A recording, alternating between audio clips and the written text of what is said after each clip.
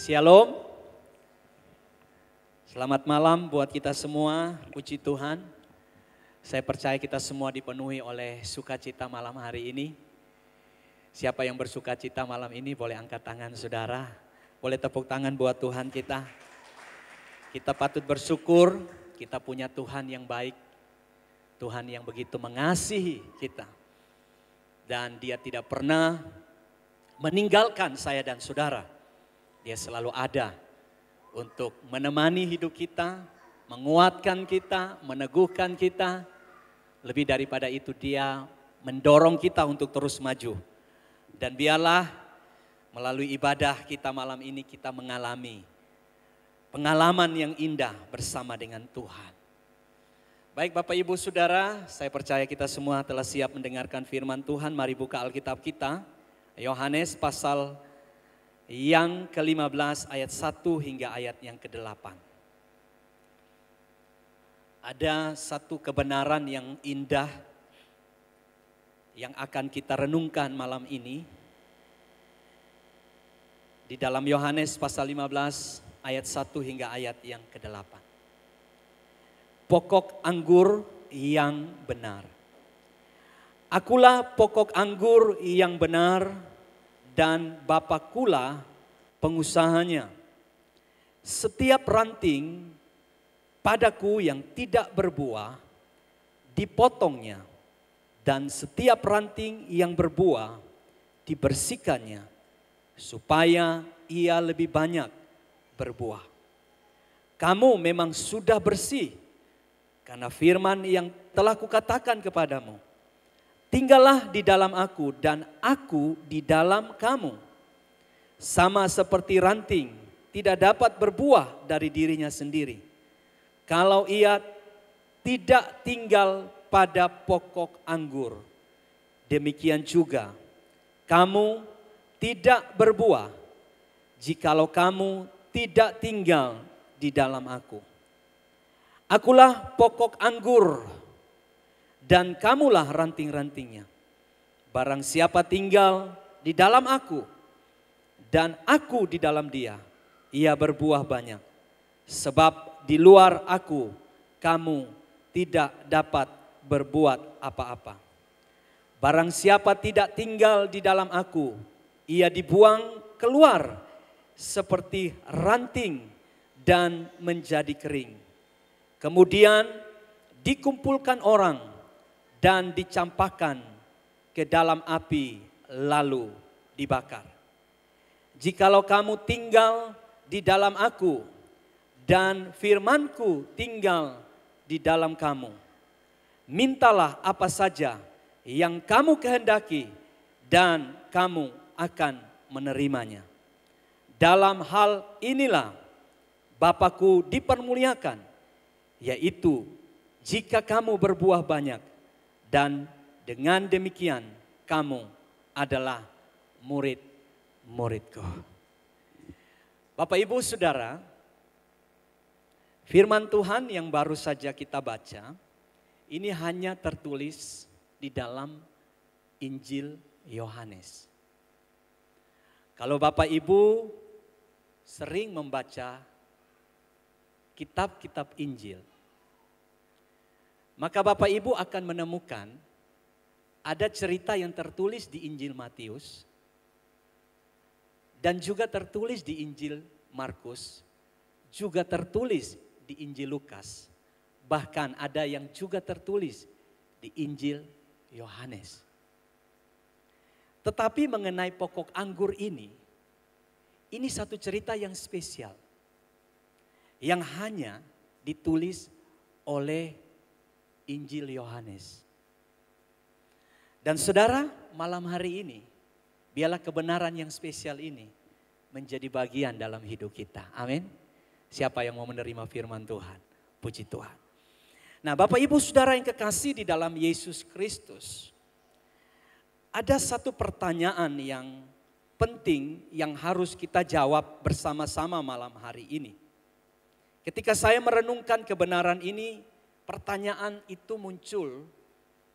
Sebenarnya pertanyaan itu saudara, pertanyaan yang biasa. Tetapi pertanyaan itu harus terus-menerus ada dalam hidup kita untuk menjaga kita supaya kita tetap on the track. Kita tetap berjalan pada track yang benar. Sebab hari-hari ini saudara, banyak orang yang tidak berjalan lagi pada track yang benar. Banyak orang mulai keluar sedikit dari jalur yang Tuhan mau. Banyak orang mulai menyimpang. Dan tanpa disadari, banyak kecelakaan-kecelakaan dalam tanda petik. Akibat dari kita keluar dari track atau jalur yang Tuhan mau. Pertanyaan itu ialah, saudaraku, untuk apa saya dan saudara diciptakan? Untuk apa saya dan saudara dijadikan oleh Tuhan? Tentu pertanyaan ini adalah pertanyaan universal yang semua agama bisa menjawabnya. Tetapi ketika saya masuk kepada pertanyaan yang berikut, yang kedua, yaitu untuk apa saya dan saudara diselamatkan? Ketika saya bertanya seperti ini, maka pertanyaan ini akan lebih khusus kepada saya dan saudara sebagai orang-orang yang sudah diselamatkan. Saya percaya Bapak Ibu Saudara sudah diselamatkan. Ada amin? Adakah di antara kita yang belum yakin diselamatkan? Boleh angkat tangan. Saya percaya semua kita sudah diselamatkan. Saudara, untuk apa saya dan saudara diselamatkan? Di dalam ayat yang kita baca, saudaraku yang kekasih, ada jawaban Tuhan. Mengapa saya dan saudara diselamatkan? Keselamatan bukan hal yang murah. Keselamatan bukan hal yang sederhana. Tetapi keselamatan saya dan Bapak Ibu alami, terima, adalah keselamatan yang mahal. Yang dikerjakan oleh Yesus di kayu salib buat kita. Dan harganya itu tentu mahal. Dengan nyawa, dengan darah, Yesus yang harus dikorbankan. Sehingga saya dan saudara diselamatkan.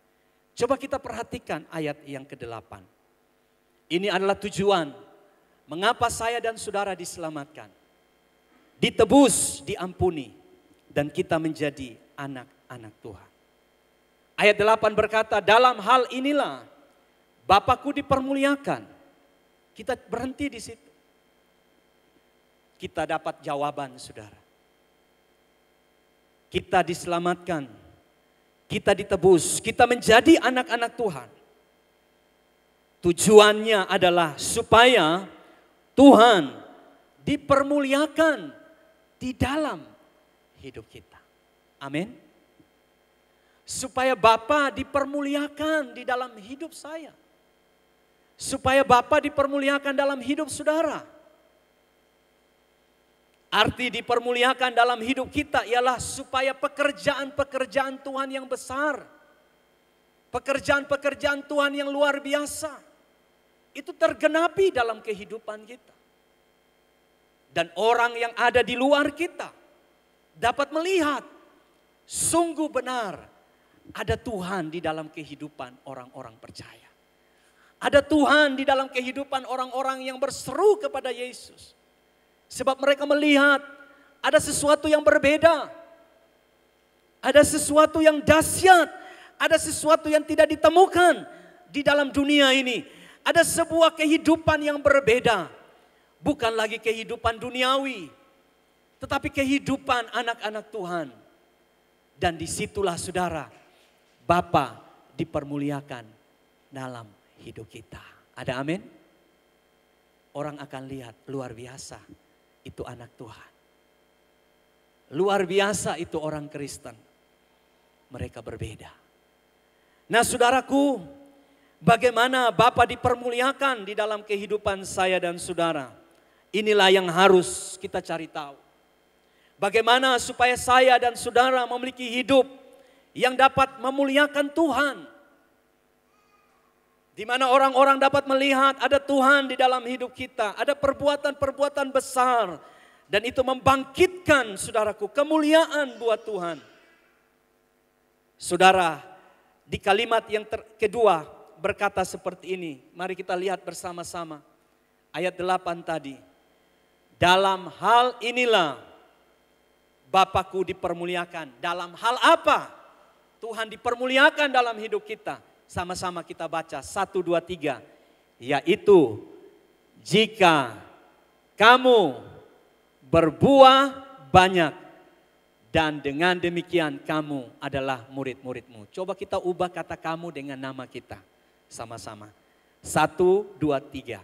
Yaitu jika Adi berbuah banyak. Kita stop di situ. Jadi saudara, kalau saudara mau mencapai tujuan Tuhan, saudara harus hidup mempermuliakan Tuhan. Dengan cara bagaimana? Yaitu berbuah bagi Tuhan.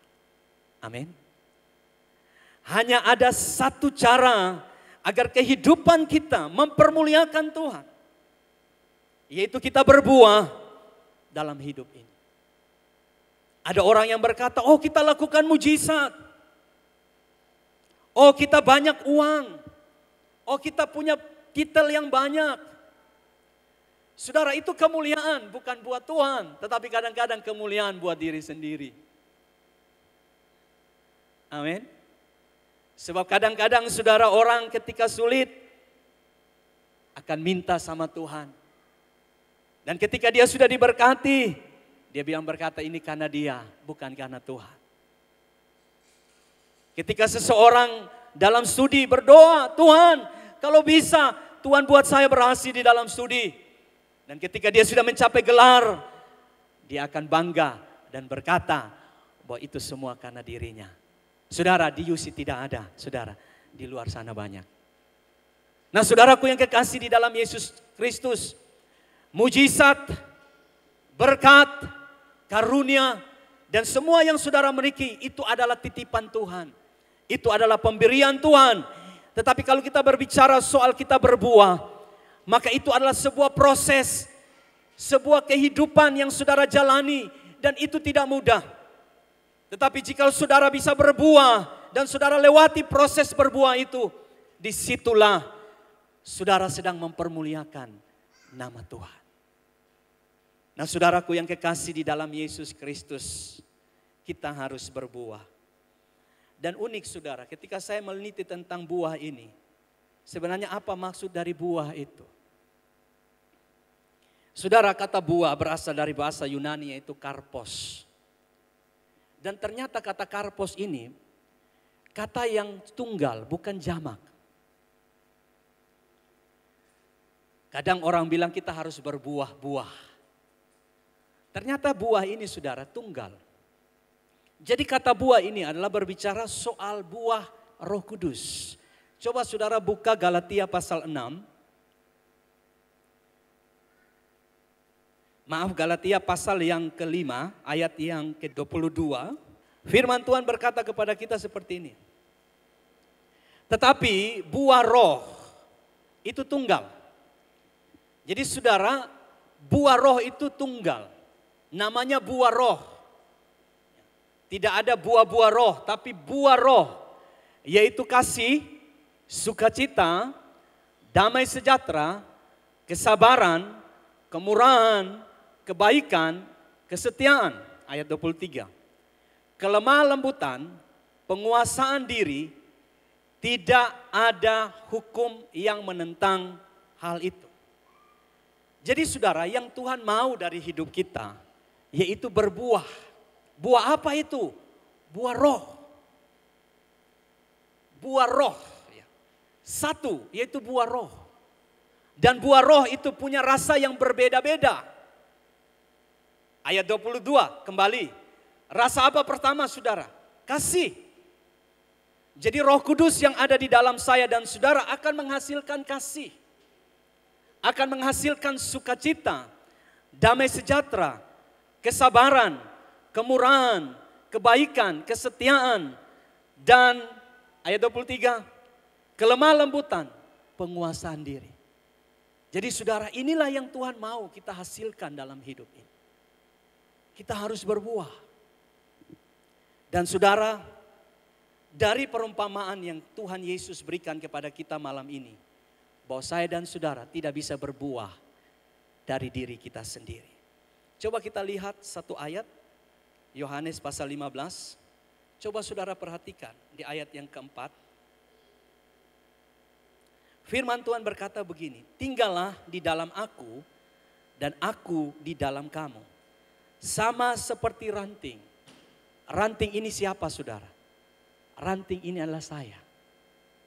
Saudara dan saya ranting. Bapak itu adalah pengusahanya, Yesus itu pokoknya. Saya dan saudara adalah rantingnya. Dan Alkitab berkata begini, sama seperti ranting, saudara lihat, tidak dapat berbuah dari dirinya sendiri. Saya dan saudara, kita tidak dapat menghasilkan kasih dari diri kita sendiri. Saya dan saudara tidak dapat menghasilkan kelemah lembutan dari kekuatan kita sendiri.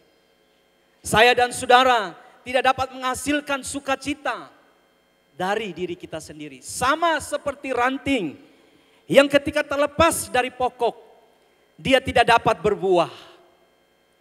Jadi saudara, dengan kekuatan apapun, kita tidak dapat menghasilkan buah roh.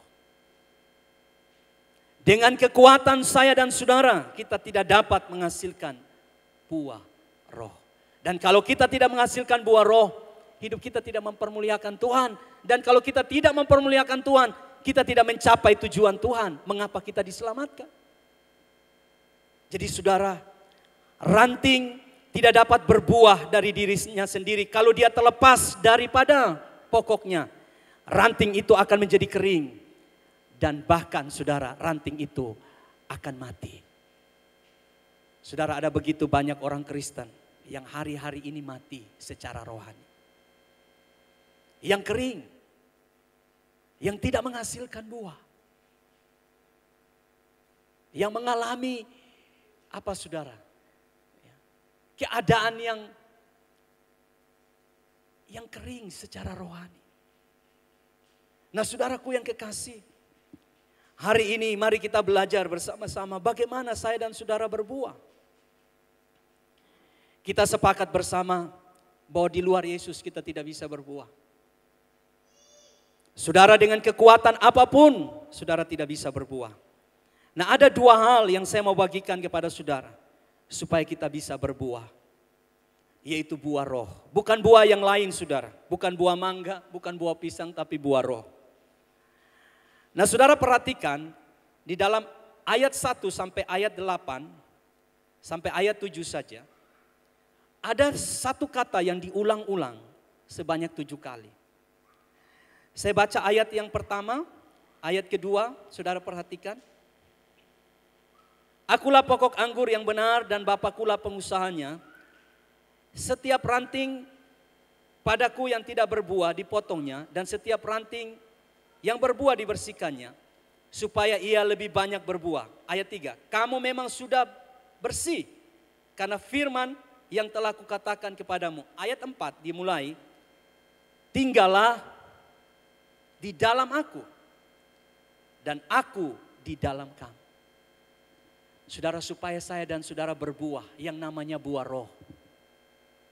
Yang pertama, ini kuncinya saudara. Kita harus tinggal di dalam Tuhan. Saudara, kata tinggal ini diulang sebanyak 7 kali. Kalau saudara baca Alkitab yang lain, minimal 3 kali kata diulang dalam satu teks. Tetapi kata tinggal diulang sebanyak 7 kali. Itu berarti satu hari kita harus tinggal. Senin tinggal di dalam Yesus. Selasa tinggal di dalam Yesus. Rabu tinggal di dalam Yesus. Kamis tinggal di dalam Yesus. Jumat tinggal di dalam Yesus. Sabtu tinggal di dalam Yesus. Minggu tinggal di dalam Yesus. 7 itu angka yang sempurna buat bangsa Israel. 7 hari Tuhan menciptakan dunia dan segala isinya. Kita dalam hitungan hari ada 7 hari.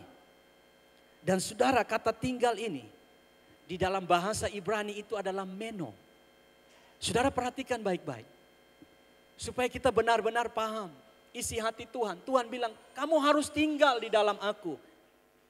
Tidak puas, kamu harus tinggal di dalam aku.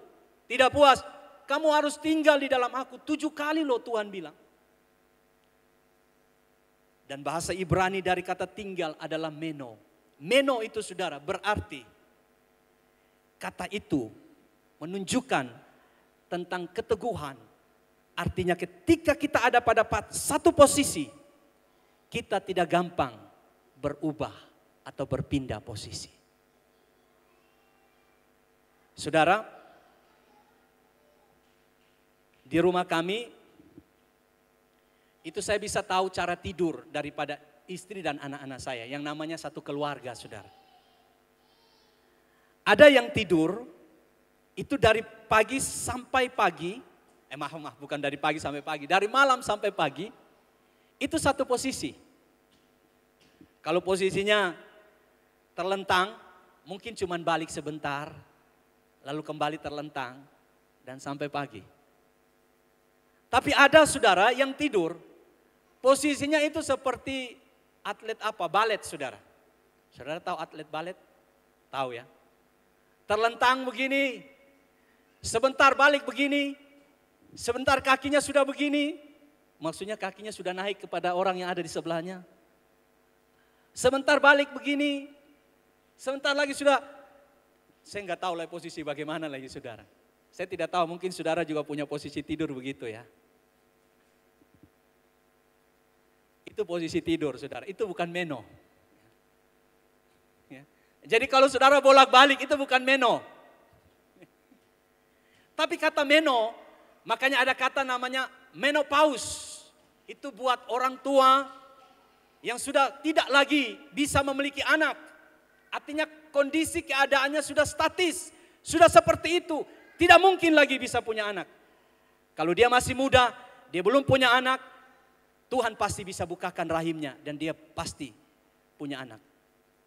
Bahkan Alkitab berkata, Sarah saja saudara, sudah mati haid, sudah mati pucuk, Tuhan masih bisa kasih anak buat dia. Tetapi secara natural, kata meno itu berarti tetap statis, tidak berubah-ubah. Inilah yang Tuhan maksudkan dengan kata tinggal. Kalau kita mau berbuah, maka kita harus tetap di dalam Tuhan. Tidak berubah hidup saya dan saudara kepada Tuhan. Tidak berubah komitmen kita kepada Tuhan. Tidak berubah kesetiaan kita kepada Tuhan. Tidak berubah ya, loyalitas kita kepada Tuhan. Tidak berubah hal-hal yang baik yang harus kita persembahkan kepada Tuhan. Itu kata meno. Makanya Tuhan bilang, meno di dalam aku. Meno, meno, meno. Mengapa? Karena manusia suka berubah. Saya, saudara, kita paling suka berubah. Itu sebabnya Tuhan ingatkan kita semua. Kalau kita mau berbuah, supaya karakter Kristus hidup di dalam hidup kita, kita harus tinggal meno di dalam Tuhan. Abide in Christ, tinggal di dalam Kristus. Nah saudara, tinggal di dalam Kristus membutuhkan kerinduan. Kerinduan saudara. Kerinduan untuk bersama-sama dengan Tuhan. Saudaraku yang kekasih, saya tidak tahu kebanyakan bapak-bapak yang hadir malam ini. Kalau saya, saudaraku, saya paling lama untuk bisa melupakan sedikit keluarga saya. Misalnya kalau saya ada di tempat yang jauh. Itu paling lama tiga hari. Tetapi kalau lewat daripada 4 hari saudara, saya mulai gelisah. Karena hati saya rindu untuk pulang. Berjumpa dengan keluarga saya. Yang muda-muda nanti menikah baru rasa sendiri. Kalau sekarang belum saatnya menikah, jangan dulu. Amin. 1-2 hari kalau ada kegiatan saudara, saya bisa teralihkan pikiran saya untuk keluarga saya. Walaupun sekarang sudah canggih, kita boleh bisa video call, kita boleh WhatsAppan, kita boleh lakukan apapun. untuk dapat tahu kondisi keluarga kita. Tetapi keintiman, kedekatan itu tidak bisa diobati dengan video call. Sentuhan, pelukan kepada anak-anak tidak bisa diobati dengan video call. Gak mungkin saya peluk Jeremy papa mau peluk lewat video call. Gak mungkin. Saudara. Gak mungkin. Adanya kerinduan. Nah saudara tahu, Tuhan lebih rindu daripada saya, saudara merindukan dia. Dia bilang begini, aku lebih rindu supaya kamu tinggal di dalam aku. Saudara lihat kerinduan Tuhan. 7 kali loh Tuhan ngomong, aku rindu supaya engkau tinggal di dalam aku. Aku rindu supaya engkau ada di dalam aku. Aku rindu supaya engkau tetap pada diriku. Aku rindu supaya engkau tidak berubah setia. Berubah posisimu dari komitmenmu kepadaku. Tuhan lebih rindu daripada saya dan saudara merindukan dia. Mengapa? Karena dia tahu kita gampang jatuh. Dia tahu kita gampang berubah. Dia tahu kita gampang sekali keluar dari jalan yang dia inginkan. Itu sebabnya dia bilang begini. Aku mau kamu kuat. Caranya kamu kuat. Kamu tinggal di dalam aku. Dan di situ butuh kerinduan, saudara. Adakah saudara merindukan Tuhan lebih dari segala-galanya? Adakah saudara merindukan dia melebihi nafas saudara sendiri? Saudara, nafas saudara, ruah itu dihembuskan oleh Tuhan. Tanpa ruah, tanpa nafas Tuhan, saya dan saudara cuma debu. Cuma tanah liat. Tetapi ketika dia menciptakan manusia, dia menghembuskan ruah, nafasnya. Manusia dari tanah itu hidup. Itu sebabnya saudara, dia bilang begini, jangan jauh daripadaku. Engkau tidak bisa buat apa-apa kalau engkau jauh daripadaku. Saudara, kita butuh yang namanya kerinduan. Yang kedua, kita butuh yang namanya disiplin. Tinggal di dalam Tuhan butuh disiplin rohani. Kita dapat lihat disiplin kita masing-masing. Ketika kita punya cara doa setiap hari. Saudara dapat cek. Saudara sedang disiplin atau tidak? Bangun pagi apa yang dicari? Kopi, koran, berita di WhatsApp, berita di media sosial, TikTok. Saudara, ada gembala besar yang kemarin Ibu Dina ceritakan kepada saya. Gembala di Jakarta juga stres, saudara. Mengapa? Karena waktu dia khotbah banyak jemaat TikTokan di bawah, saudara. Ini luar biasa, main TikTok di dalam gereja. Orang sudah tidak lagi menghormati hadirat Tuhan. Kalau di gereja saja kita tidak hormat kepada Tuhan, bagaimana Tuhan mau bawa masuk kita ke dalam sorga yang penuh dengan hadirat Tuhan? Jadi saudara, rupanya bukan saya sendiri yang stres, saudara. Tetapi gembala besar yang punya jemaat besar juga stres. Orang datang gereja cuma lihat entertain. Cuma lihat untuk sesuatu yang nyaman. Dan merasa terhibur. Tetapi di bawah mereka tidak dengar pesan Tuhan. Mereka tidak dengar berita Tuhan. Mereka asik WA, asik BBM, asik. Oh, BBM gak ada lagi, saudara. Asik TikTok dan sebagainya. Bukan bahan bakar minyak, saudara ya. Itu zaman saya yang namanya, apa namanya? Ya, saudara tahu itu. Saudara, rupanya ketika Ibu Dina cerita seperti itu, saya katakan puji Tuhan. Ada juga gembala yang punya pergumulan seperti saya. Tetapi bukan saya pergumulan karena saudara main TikTok, tidak. Yusi, jemaat yang diberkati Tuhan. Amin. Disiplin. Saudara mulai disiplin setiap pagi. Saya harus disiplin untuk tinggal di dalam Tuhan. Bangun pagi, cari Tuhan. Sebelum saya buka HP saya, sebelum saya buka televisi, sebelum saya buka toko saya, sebelum saya pikirkan rencana apa yang harus saya kerjakan hari itu, saya harus cari Tuhan. Saya disiplinkan diri saya. Kadang-kadang kita orang tua lebih keras disiplinnya kepada anak daripada mendisiplinkan diri kita sendiri. Anak disuruh harus belajar, harus kerjakan PR, harus bangun pagi, bersihkan tempat tidur, cuci piring, sapu lantai, olahraga. Tapi kadang orang tua juga tidak mendisiplinkan dirinya sendiri. Bangun tidak pernah berdoa, bangun tidak pernah baca Alkitab, tapi bilang kepada anaknya harus baca Alkitab.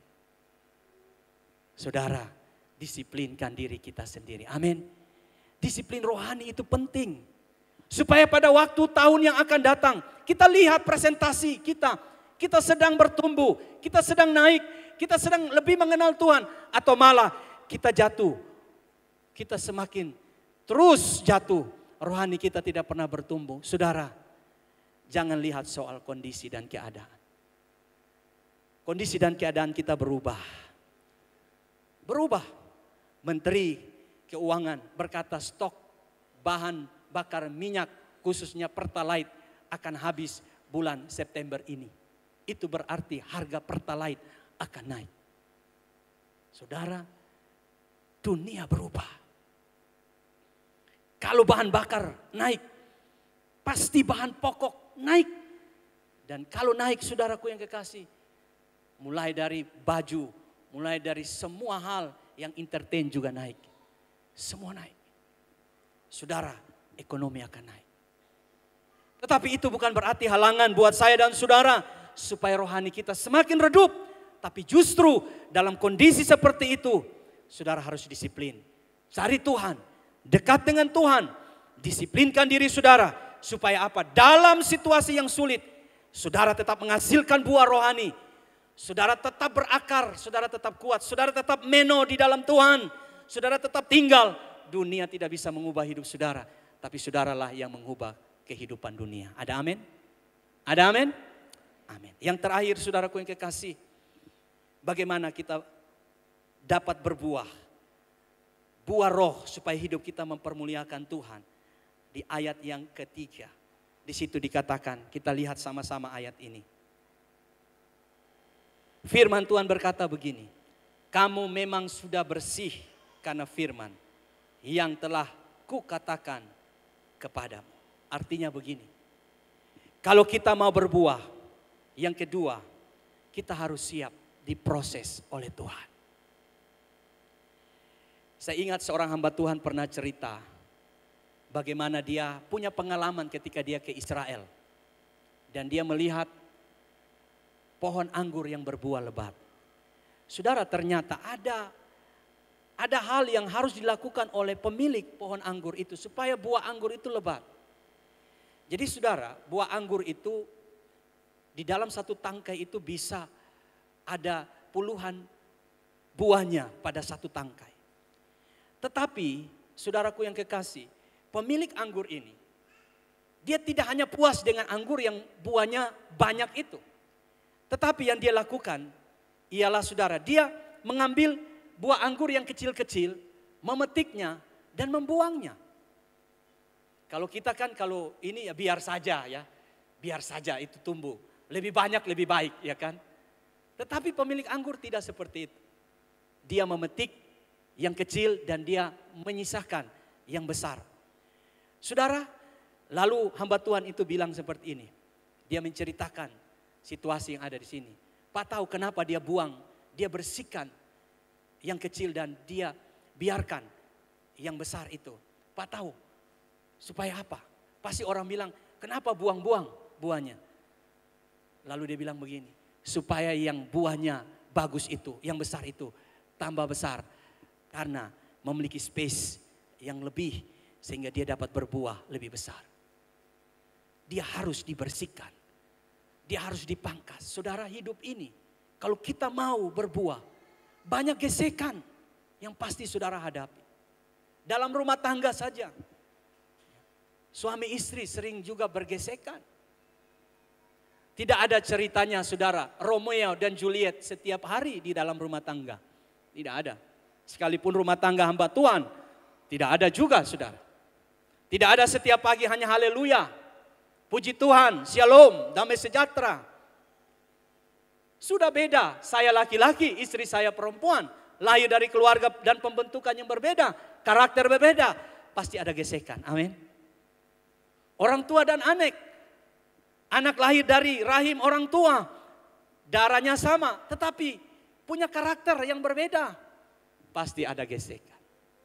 Saudara di dalam pekerjaan berhadapan dengan langganan, berhadapan dengan orang-orang yang seprofesi, pasti juga ada gesekan. Tapi saudara tahu, ayat 3 bilang begini, kamu memang sudah bersih oleh firman Tuhan. Lewat proses itu, Tuhan bersihkan hidup kita. Amin. Jadi kalau ada proses dalam hidup saudara, ada tantangan yang hari ini saudara alami.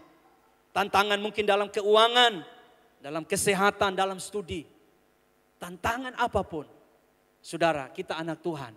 Anggaplah itu bukan Tuhan menyakiti kita. Dengar baik. Banyak orang Kristen sering mempersalahkan Tuhan karena masalah yang dia alami. Banyak orang Kristen sering mengkambing hitamkan Tuhan yang berada di balik persoalan hidupnya. Dan berkata, oh ini karena Tuhan. Dia kecewa. Dia putus asa. Dia tinggalkan Tuhan. Ingat, anggaplah saya mau katakan. Kalau engkau sedang ada masalah. Itu adalah proses Tuhan bersihkan hidup saudara. Ada amin? Saya belajar sabar dari istri saya.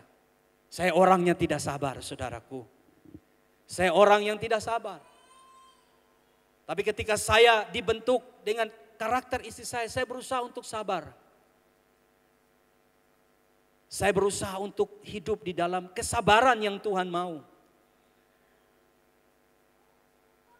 Tuhan memproses kita dari orang-orang yang terdekat. Dari orang yang paling dekat dengan kita. Dan itu tidak mudah. Itu tidak gampang, saudaraku. Tetapi kita harus dibersihkan. Agar buah itu muncul dari hidup kita. Ketika saudara diproses Tuhan, jangan lari meninggalkan proses itu. Saya tahu gereja kita juga banyak sedang mengalami proses Tuhan yang begitu hebat. Pelayanan pasca pandemi yang saya berharap akan lebih luar biasa. Tapi kita sedang dibawa Tuhan dalam sebuah proses. Proses yang luar biasa. Seperti saudara berjalan di tanah Negeb, di padang gurun. Dan saudara tidak lihat ujungnya. Tuhan, kemana Tuhan mau bawa kita? Akankah ada batang air di sana? Akankah ada taman surga di sana? Itu proses. Tuhan mau bersihkan. Supaya lutut kita tahu untuk bertelut. Supaya waktu kita tahu kita invest untuk doa sama Tuhan. Supaya karakter kita lebih kuat lagi. Saudaraku yang kekasih, walaupun lewat proses ini, Tuhan akan membuat kita, ketika kita tinggal di dalam Dia, kita akan kuat.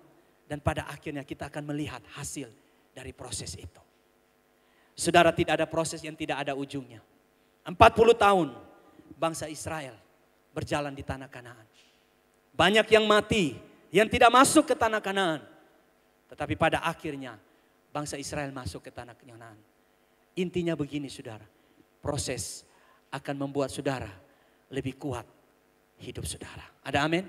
Saudara akan punya karakter, roh yang kuat, mental yang kuat. Saudara tidak gampang diombang-ambingkan oleh apapun. Goncangan apapun, saudara akan berdiri kokoh di hadapan Tuhan. Dan berkata, Tuhan, saya tahu proses ini Tuhan izinkan. Bukan untuk siapa-siapa, tapi untuk saya. Supaya saya berbuah dan saya mengalami berkat-Nya. Di mana saya semakin disempurnakan. Dan melalui hidup saya, nama Tuhan dipermuliakan. Amin. Saya tutup saudaraku dengan satu kisah mengenai Ayub. Saya berhenti di sini secara cepat. Ayub diproses Tuhan secara luar biasa. Tidak ada satu manusia pun yang diproses seperti Ayub. Ayub tidak lihat ujungnya. Ayub tidak tahu apa yang sedang terjadi. Tetapi Ayub tetap dekat dengan Tuhan. Dia tetap menjalani prosesnya. Dan pada akhirnya saudara, dia berhasil melalui proses itu. Dia menjadi seorang yang memiliki kualitas rohani yang luar biasa di hadapan Tuhan. Saudara mau hidup saudara memuliakan Tuhan? Amin. Amin saudara. Berbuahlah. Berbuah. Bagaimana saudara berbuah? Tinggallah di dalam Tuhan. Siap diproses oleh Tuhan. Percaya bahwa Tuhan akan memberkati hidup saudara.